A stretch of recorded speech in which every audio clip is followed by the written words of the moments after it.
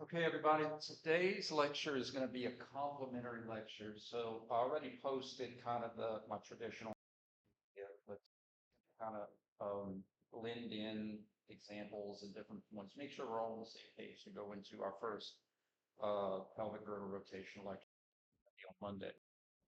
So the first thing I'm gonna mention. The first thing I'm going to mention is that the ankle is a uniaxial hinge joint. Okay, it's a uniaxial hinge joint. Things that wobble, as I'm going to show you with the skateboard, is not ankle, it's subtalar and transverse dorsal joints. So all these years when you've had a low ankle sprain, it's a sprain of the gliding joints of the dorsal bones, and your true ankle joint are the wheels.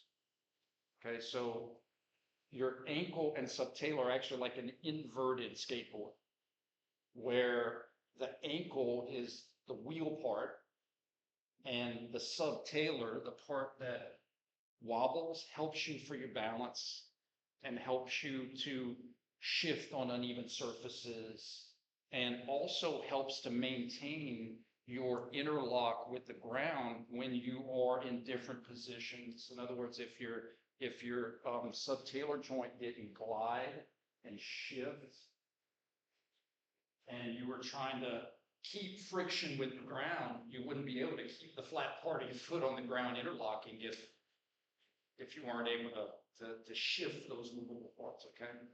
So please, whether it's to write it down, take a picture, reemphasize that these are two separate articulations, the ankle and the subtalar and transverse dorsal joints, okay? So think about a submarine.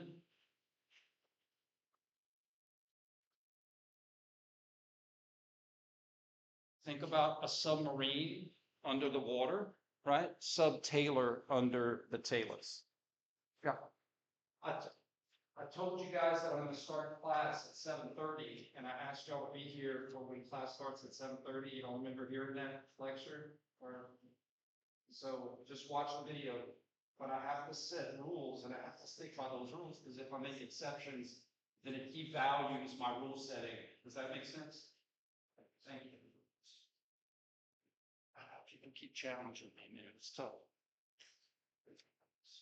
So, this is why I don't like getting interrupted. I'm trying to remember where I'm at. Okay. What's that? Thank you.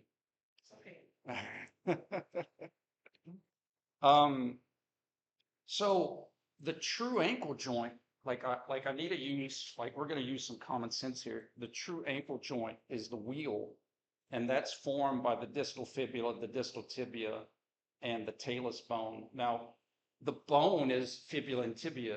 The area of the bone, you may have heard malleolus, malleolus, medial malleolus. All that is an area of the bone. Like Acadiana is an area of Louisiana. Louisiana is a state, and you have certain areas. So the lateral malleolus is not a separate bone. It's just an area. It's the southern part, little hook of the bone that is the fibula.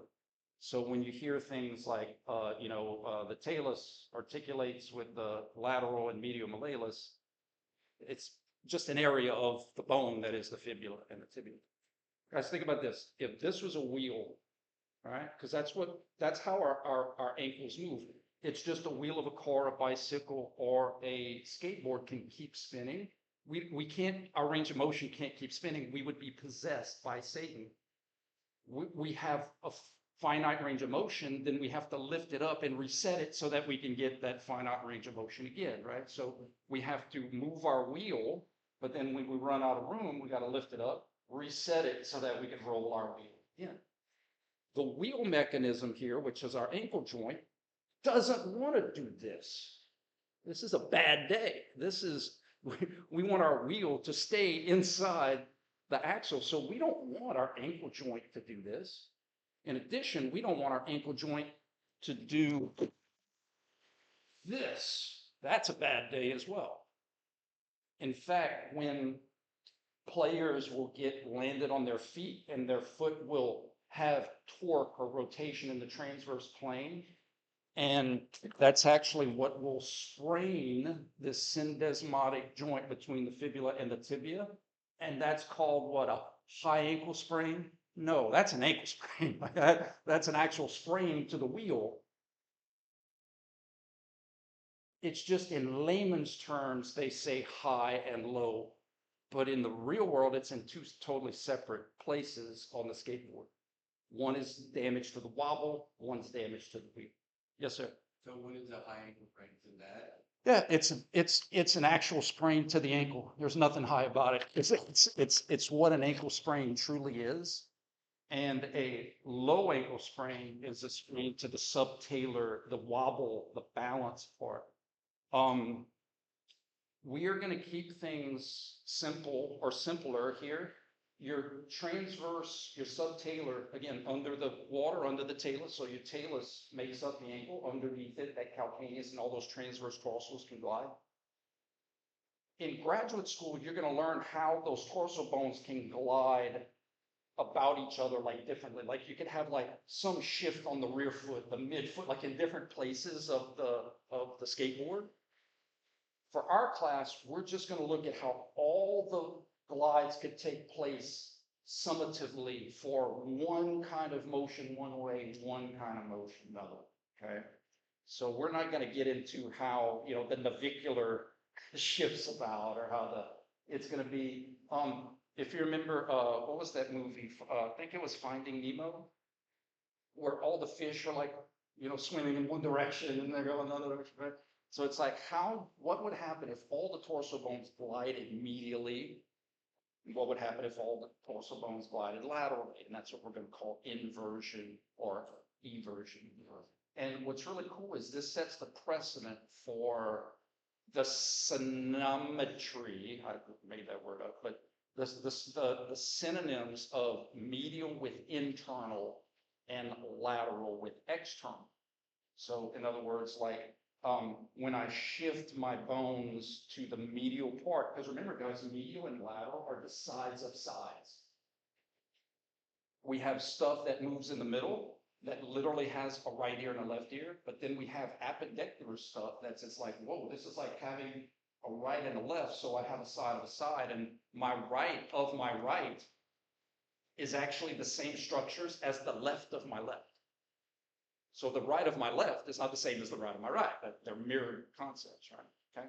So the sides of the sides. So when we summate those tarsal bones medially, we call that inversion, medial in. You're going to notice when we have medial rotation, a name for that is internal, medial internal, external lateral. So that precedent of in and medial and eversion and lateral. But that's our glide, that's our balance on our skateboard, so that our wheels are propelling us and our wobble is balancing us and helping to reposition to make sure that our feet stay connected with the ground so that we can have optimal friction and interlock with the ground surface.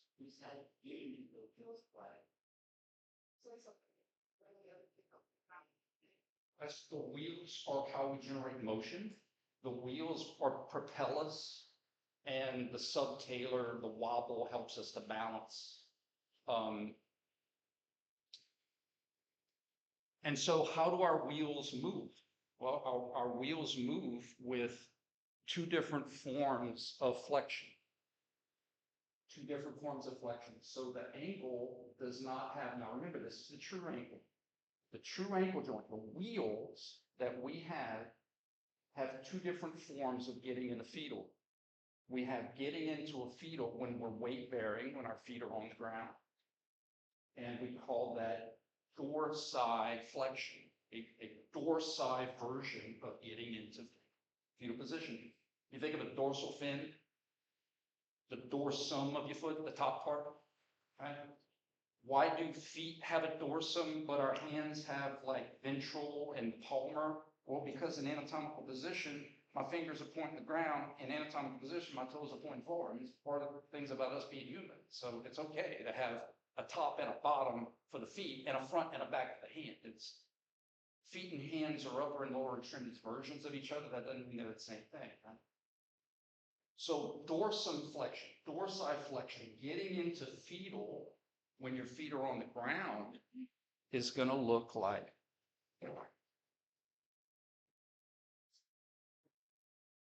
this, but it's also going to look like this. So let's use our clock, okay? So it looks like it's moving, and it is. Dorsiflexion. See if I can do this. Dorsiflexion. It looks like it's not moving, but it is. Dorsiflexion, moving the clock about the clock hand. Make sense?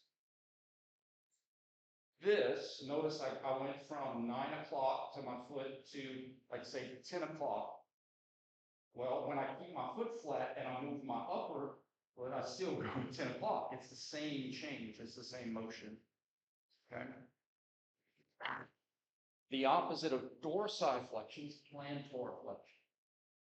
That's when you want to get into fetal position. Your feet are not on the ground. So if you wake up in the morning, it's common for someone to be more in a fetal, more in a crunched position.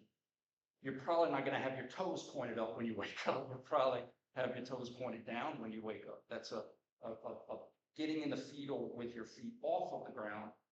Gymnasts, divers, like that's how they would, when they get into a fetal tug, right? They want their feet pointed down, plantar flexion. Our ranges of motion are from anatomical. That's why it's so important to establish anatomical position. Like how much motion do we have? Normal ranges of motion, 30 degrees of dorsiflexion from anatomical. So that way you kind of know where to start and say, okay, well, within normal, you should be able to travel 30 miles, right? You should be able to travel 30 miles degrees this way, and then you should be able to travel 40 degrees that way. But if we didn't establish that anatomical, then how would we know where to start the count? That makes sense. Right? On the test, I'm going to ask something about ankle extension. It's going to happen. I'm going fishing, and I'm going to hook somebody. But I'm telling you that the ankle doesn't have extension because there's two different ways to get it. Okay? So, ankle joint, uniaxial hinge, about a bilateral axis because it rotates in its sagittal plane. And that kind of makes sense. The bilateral, both sides. Well, heck, the medial and lateral malleolus on each side, bilateral axis. Plantar dorsi. Underneath the ankle lives the subtalar and the transverse tarsals. Those are gliding joints. They summate motion. It's mostly frontal plane, but it's a combination because if you think about it, if you start here and do this, you notice how like your big toe is further in than your heel. So in other words, it's kind of so I wouldn't ask what plane does it occur in because again, all these things are shifting and gliding. In fact, if you go into your Unit 1 notes, you'll notice that arthrodial gliding joints are non-axial because it's a bunch of little bits that there's not one fixed point about which all the motion happens. It's the sum total of a lot of change.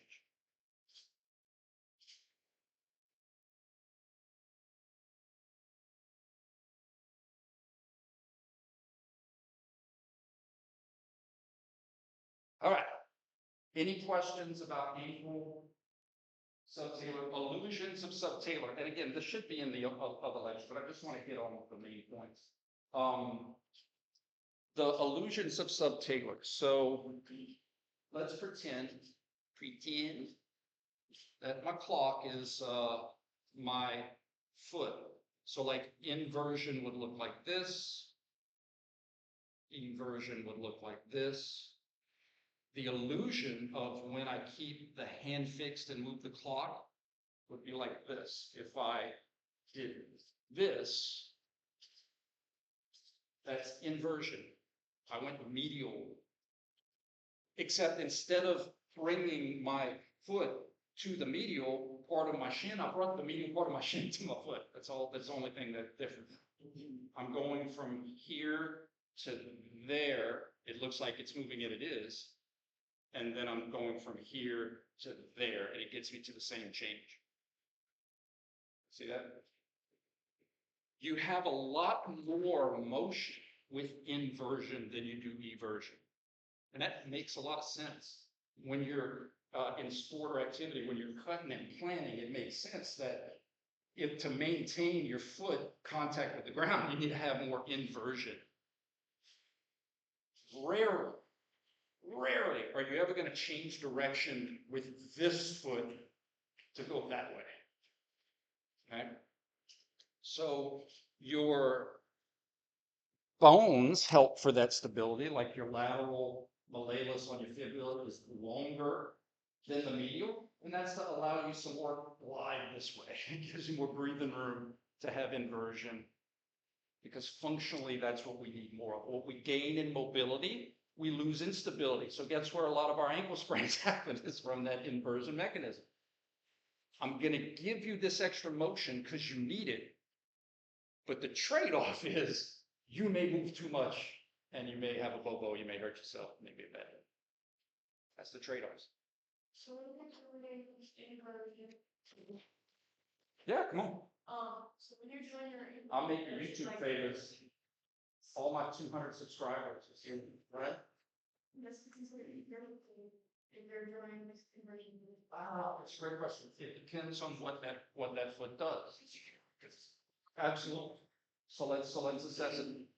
So if I am in anatomical position and I do something like this, right? I may not. For me to have eversion, I would literally have to take my tibia, right, or my lower leg, and I have to bring it on the outside of my foot. Yeah, it would be pretty magical. We compensate though by flexing, internally rotating, because when I do this, it helps to shift the stuff towards the inside of my foot. Yeah. So it's not to say you have to have one with the other, but it would be really tough because I'd literally have to get my shin. So it could work that other direction. You'd have to be a circus performer. Yeah. It's just, I'm not saying you can't, it's just in order to do it, just like when I do this, my lower leg is on the inside of my foot. For you to have eversion, your lower leg would have to be on the outside of your foot. And good luck. It's a great question. Great question. All right, you guys, so we're all good with plantar. So if you're doing squats, when you go down, you'd have dorsiflexion from, plantar flexion to, and then if you go up on your toes, plantar flexion from. So you're just continuing the plantar flexion. If you go up on your toes, you're going to have dorsi from, plantar to, plantar from. So this was all plantar flexion. Does that make sense?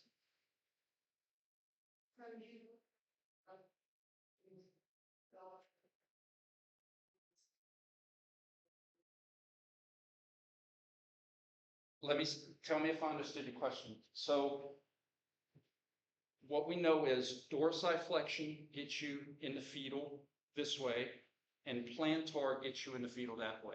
Okay. If I have dorsiflexion when I go down, I have to have plantar flexion to come back to where I started. Just like if you flex your shoulder and you go back, you have to have extension to go back. So what's happening is dorsiflexion from, plantar flexion to, but I could have plantar flexion from. And then coming back down from my toes would be dorsiflexion to, dorsiflexion from, plantar flexion from, plantar flexion to, plantar flexion from, dorsiflexion to, dorsiflexion from, plantar flexion to, plantar flexion from. So it could be like, suicide like, but be. Be in that position, but the motion can be plan on. You can be east of Lafayette, but be traveling on I-10 West. Absolutely. In these ranges of motion that are small, it's hard, it's a short road. It's a lot easier to see that concept when we're doing like shoulder stuff, right? That I can be flexed, but be extending. Like I'm extending, but I am in flex position the whole time until I get to anatomical rectology pads.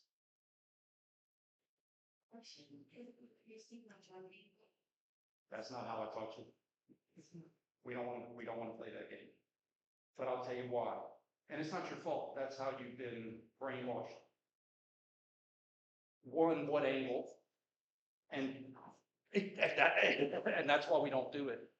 And not only that, but once we get into transverse or frontal, as I decrease this one, I must be increasing this one.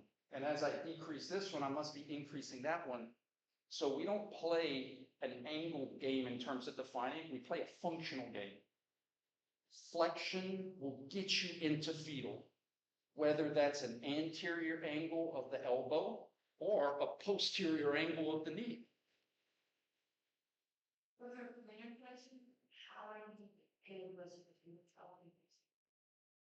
All right, we can play that game. When we play angle games in this class, we use landmarks. I think, remember, there was one of the classes before the test where we went through and we were like, here are the landmarks right before. So I don't mind playing an angle game if it involves landmarks, because at least those landmarks will be consistent. But when you play an angle only game, you have to remember, as I decrease one, I have to be increasing another. And that gets freaky unless you make sure you don't confuse which one you're talking about, right? So for dorsiflexion, the angle is really just when the dorsum of the foot gets closer to the anterior part of the shin or the lower leg. Dorsiflexion. These two are going to get closer. Now, it can get closer whether I bring the dorsum to go visit the shin, or I bring the shin to visit the dorsum of the foot. I get the same change. But as I mess with the front angle, I also mess with the back angle. Okay? So feel free to, if that works for you, but too many times students want to adhere to these angle things, and that those don't always work. Those don't always work. So that's why I try to use landmark stuff when you're teaching these. Okay. Does that? I hope that helps. That's. Yeah. Okay. Great. So let's reverse engineer that statement. If dorsiflexion makes the front get closer to the front, what do you think plantar flexion is going to be? Well done. Because it's a lot easier to look at landmarks that already have reference than like when my calcaneus gets killed, right? So if you keep it front to front, then by reverse, the opposite would be the same for plants. Good questions. Good questions. But yeah, knee and angles. It's not that I don't like angles, but just they don't always fit, especially when we do transverse stuff. All right, any other questions about ankle and subtalar before we go to the knee? Look at Miriam doing the two forms of fetal legs. There's the subtalar. So it's maybe next time I didn't know we could have a. Do you mind saying that one more time? Where one? Yes. No, maybe, Which one is? right. So there's also a version of the. That's it. Then what? It's not about to do. They don't really do it. So these joints are what we call synovial joints, right? They have these capsules, and those capsules have water, they're water balloons. And the fluid is there for, like you would put oil in a car to help lubricate the moving part. The ankle and the subtalar are in the same apartment complex, but they're not on the same floor. The ankle is on the top floor, and the subtalar is on the bottom floor. Yeah, so they're not happening in the same place.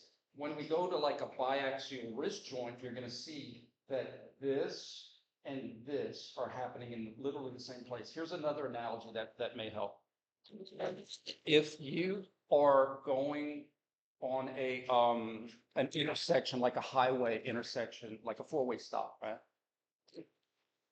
And you stop in the middle, technically you're in both roads at the same time because they literally intersect in the same place.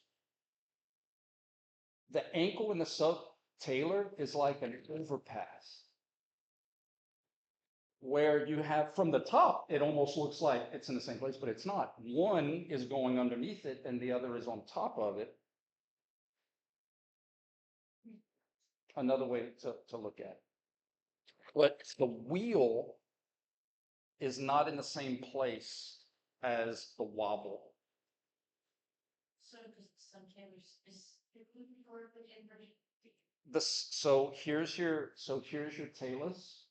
talus, subtalar, so the articulation between the talus and the calcaneus, but then all of these extra tarsal bones, your navicular, your cuboid, your first, second, and third cuneiforms, all of these bones also glide and shift, mostly frontal.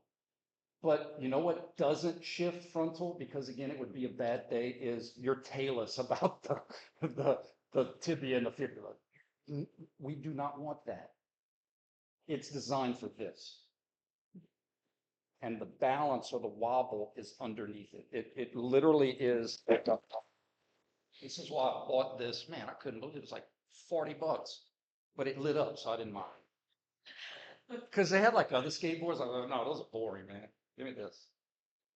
So we ride a skateboard, our wheels give us our motion, right? Propel us, and the wobble gives us our balance. If the skateboard wasn't able to wobble, it'd be harder to stay on top. Now, our wheels don't perpetually spin forever. So ours is like this. This would be our foot. This is our ankle that's giving us our motion, and our wobble is now underneath it to help us balance. You can feel that if you did like a sword stand unilateral balance test. Like if you're balancing, you're not swaying front to back. You're swaying side to side. That's your wobble.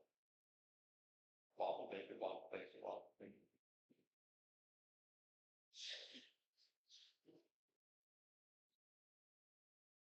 Is that better? All right. So, and going back, because I love to preach this point, and I'm glad you brought it up. Like even ankles, yeah, yes, joints change angles. But if we don't define it, then it gets super confusing. So like if we were talking about like inversion and eversion. So what about those angles? Is inversion a decrease of an angle? I mean, in other words, if we set the precedent, flexion is a decrease of an angle. All right. Is extension not a decrease of an angle? I mean, when I had extension, did I decrease this angle? And I increase that angle. When I invert, did I decrease an angle? Yeah, I decreased the medial, but I increased the lateral.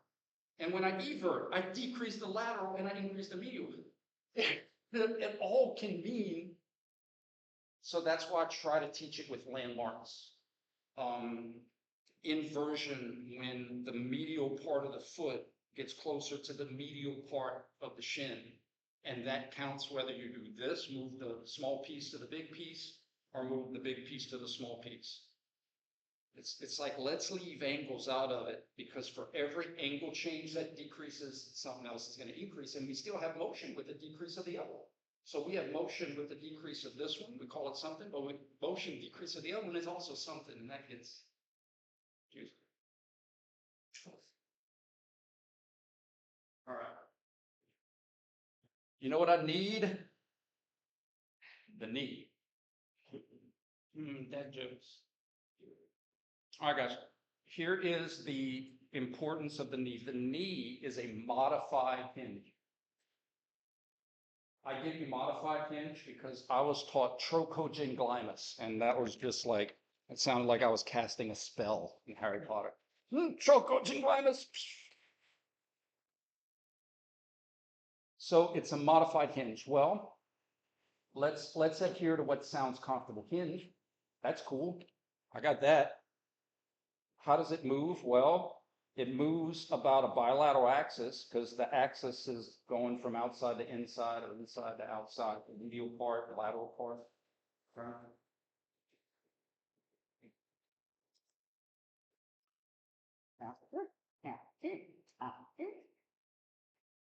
The modification is that when my knee is flexed, when you're in anatomical position, your knees are locked in. They call it a screw home mechanism.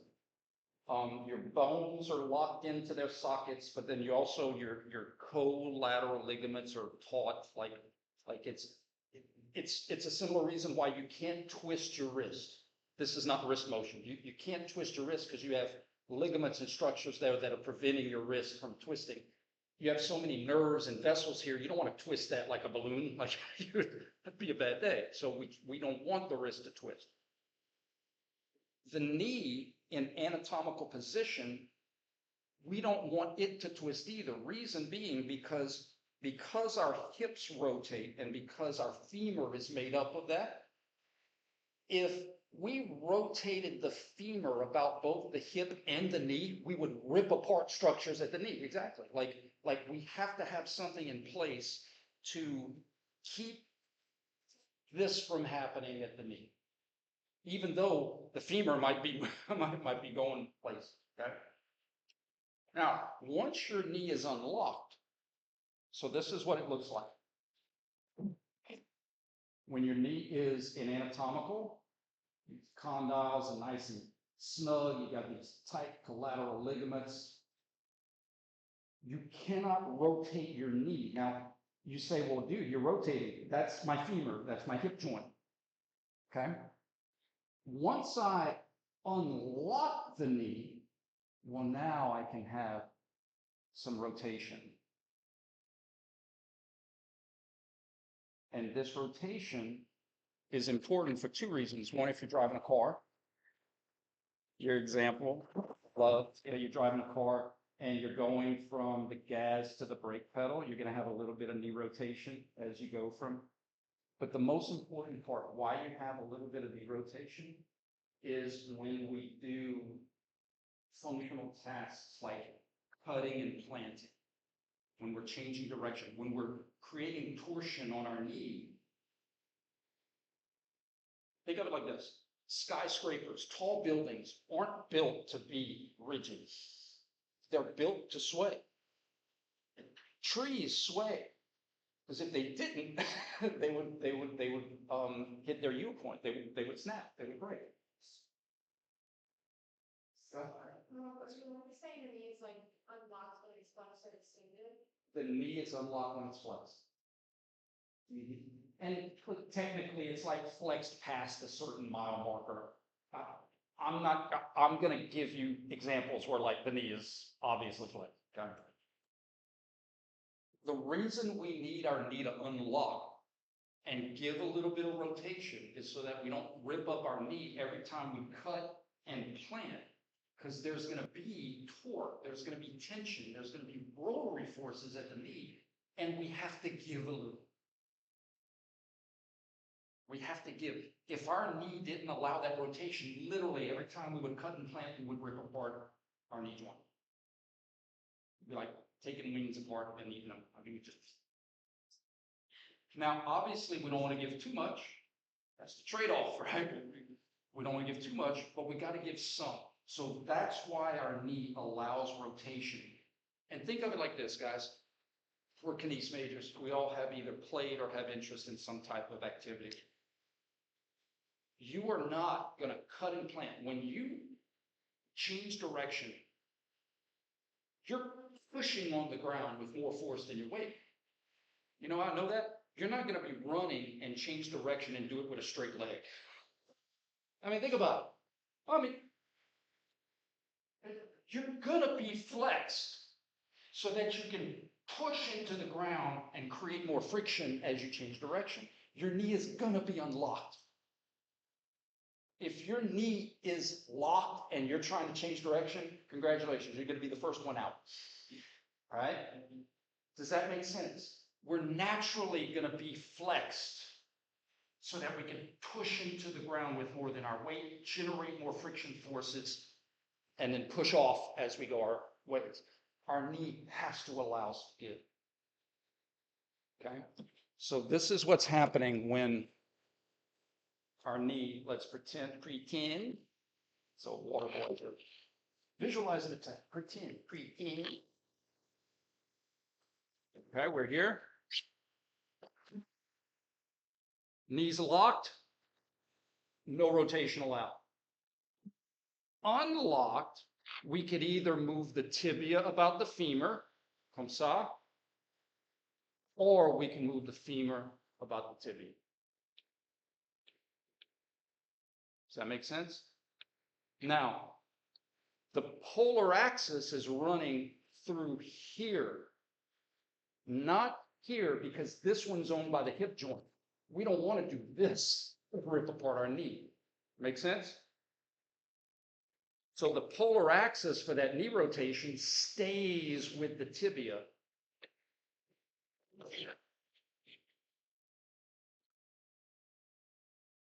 Now, I got 13 minutes. Here's the illusions. Here's the illusions. It looks like it's moving, and it is. Landmarks, not angles. When I'm in anatomical position, patella lines up with tibial tuberosity. Tibial tuberosity is just that big bump on the front of your tibia that your quad is yanking on. When I flex my knee and I stay in anatomical position, not at the knee sagittally, but at the knee transversely, patella is still going to be lined up with my tibial tuberosity. So medial rotation is going to be when my tibial tuberosity or my shin spins medially. I should have said this first. I love this analogy. You know why I love it? Because I came up with it. If you asked a child, we know so much. If you asked a child, spin to your right, I bet you a majority of, maybe not where I'm from, maybe in Delaware would go the other way. But I guarantee you most of them would say, spin to my right, I'm going to follow my right arm. Spin to my right. Spin to my left. I mean, heck, if you say look to your right, you can do this. Well, we know that medial and lateral are sides of sides. So if I say, hey, knee, I want you to spin to the right of your right. I want you to spin laterally. That's what it would look like. Hey, right knee, spin laterally. That's my lateral side. I'm spinning to my lateral side. Hey, right knee, spin medially. I'm spinning to the medial side of my side. Do we get it? External is synonymous with lateral, and internal is synonymous with medial. But that's really all we're doing is we're saying spin to your right, spin to your left. It's just the side of a side is called lateral, and the inside of the side is called medial. Spin to the outside, spin to the inside. That looks like it's moving, and it is. This is the one that freaks everybody out. The illusions. I know that when my knee rotates laterally, my tibial tuberosity is lateral to my patella. And when I spin medially, my tibial tuberosity is medial to my patella. So far, so good. I'm laterally rotated. I'm medially rotated. So in these illusions, whatever motion happens, if it gets me to the same place, it's got to be that same motion. So when I cut and plant and I do this, that's lateral rotation of my knee. From here to there is lateral rotation of my knee. Watch. Here's my patella. Here's my tibial tuberosity. It's lateral to my patella.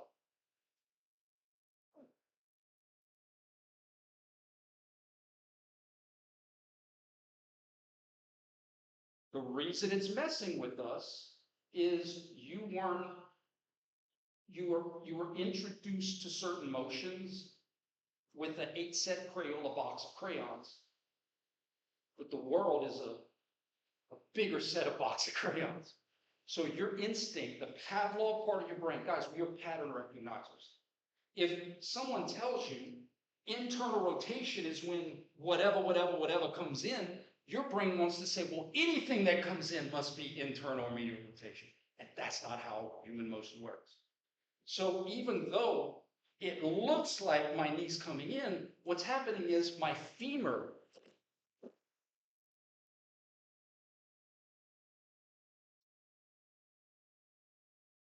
do it on this side.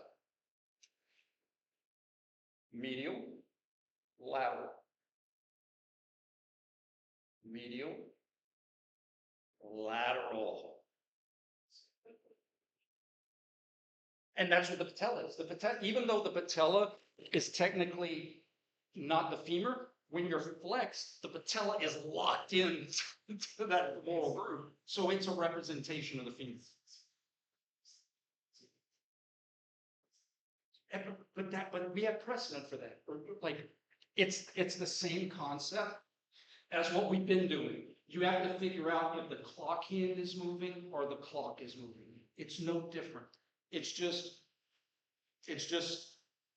medial, lateral, lateral, right?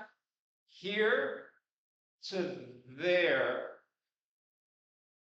You see it? Yes. Is the exact same as from here to there. It gets me to 1 o'clock. That's all. That's Here to there gets me to the same place as from here to there.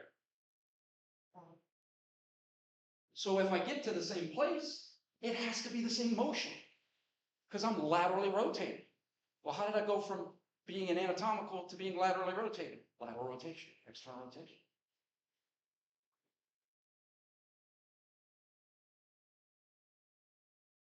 There is no law that says this stuff has to be easy. But the cool part of anything, the more you practice, the easier it's going to get. And this is the extent of the illusion. That when it looks like it's moving and it's moving, my tibial tuberosity or the front of my shin is lateral to my patella. And when I'm internally or medially rotated, it's medial to the patella. So why wouldn't that play when I'm moving the bigger piece about the smaller piece? I start off lined up, patella, tibia, it's lateral. Patella, tibia, it's medial. External or lateral rotation of my knee, internal medial rotation of my knee.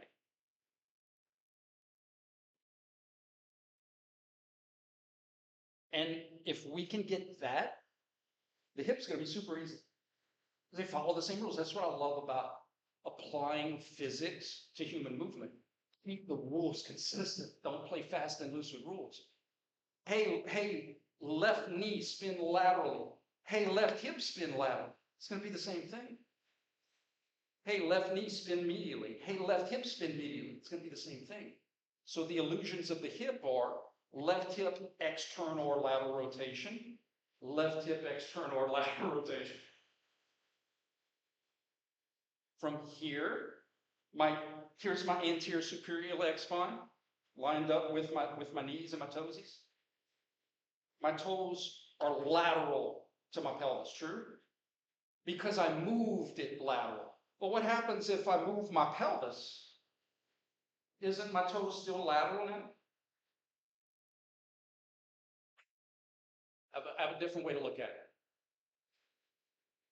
If you know where you're at, you can prove how you had to move by going back.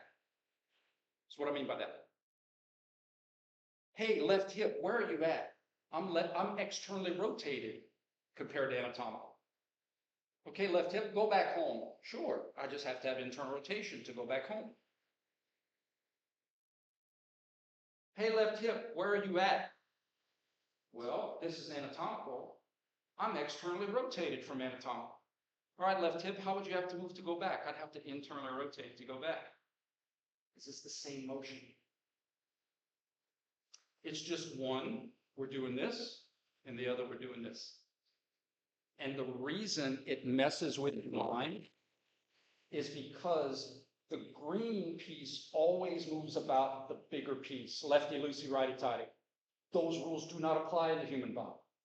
In the human body, we can move big pieces about smaller pieces. In the human body, we can do this, or we can do this. And it gets me to the exact same change. Here, my wobble, here to there is the exact same change as from here to there. Same change. If I was loosening and I was able to keep spinning the bigger piece, like, think of it like this, lefty loosey. Well, yeah, but if I wanted to loosen it up, I'd move the big piece to the right. It's the cap in the bottle that I taught you, that if you want to drink from the bottle, you don't have to just spin the cap to the left. You could spin the bottle to the right and still open that bottle. Because the motion is open. And the motion doesn't care if you move the small piece to the left or the big piece to the right. It's the same motion. Make sense? That door will always move about bourgeois. But in our body, we can move bourgeois about the door. We can move the door about bourgeois. But in human movement, we can move bourgeois about the door. So if I rotate that door this way and I call it open, guess what would happen if that door stayed fixed and I rotated bourgeois hall this way? That door would open and you could walk out. Does that make sense? They have to be called the same motion because the same thing is happening. I feel like I'm preaching. And you know why? Because I am. All right, guys, y'all have a good one. Thank y'all for listening to me. Thank y'all for the great questions. I hope I wasn't too rough with the angle stuff.